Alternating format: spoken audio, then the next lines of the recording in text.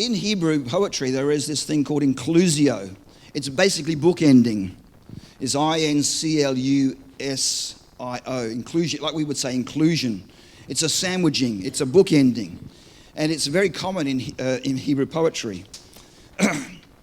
And so you read in Psalm 8, Lord, O Lord, how majestic is your name in all the earth.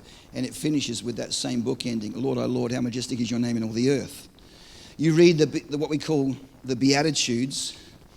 And we see in Matthew chapter 5, verse 3, blessed are the poor in spirit, for theirs is the kingdom of heaven. And then you come down to Matthew chapter 5, verse 10. It says, blessed are those who are persecuted, for theirs is the kingdom of heaven. The kingdom of heaven, the kingdom of heaven. Bookends to that set of precepts. Now, they're the precepts of the kingdom of heaven. And those precepts are then expanded in the Sermon on the Mount. And then that Sermon on the Mount is then expanded into the gospel and demonstrated throughout the Gospel of Matthew. But we miss little hints like that lead us further into that Hebrew mindset.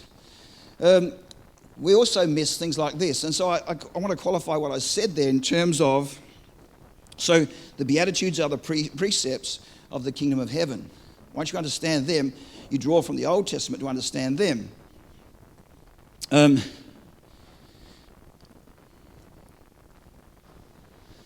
Every one of those precepts starts with blessed.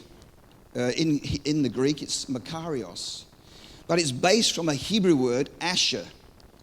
Now, asher means happy, as in, the Hebrew son tribe, Asher. But in Hebrew, the word Asher in Hebrew is made up of 3 Hebrew letters. That is an aleph, which is the first letter of the Hebrew alphabet, a sheen, which is like a W, and a resh, an R. Let me explain that. Aleph means strong, it means first, it means God. A sheen is a W, it looks like a W because it's a pair of front teeth, and it means to devour, to eat, to consume. Strong, Aleph, strong devourer. Asher means strong devourer, and a resh is a person or the head of a person.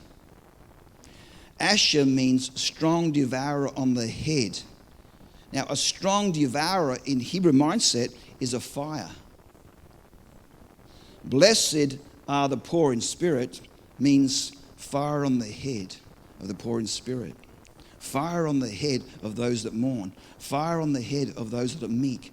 Because fire on the head means this. It either means judgment or the presence of God.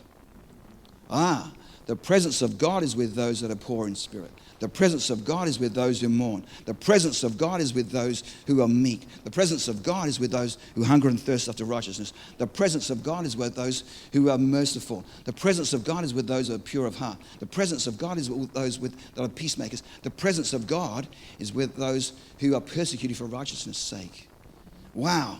And once the Hebrew comes out, you start to see some depths and some truths there that we miss in our English readings and renderings. The presence of God is the kingdom. So when in John chapter 6, Jesus, you've read that story where Jesus steps into the boat, the Bible says they were immediately where they were going. Why? Because his presence brings them to the kingdom. His presence is the kingdom. And that's why we spend time worshiping, because in his presence, his kingdom's there.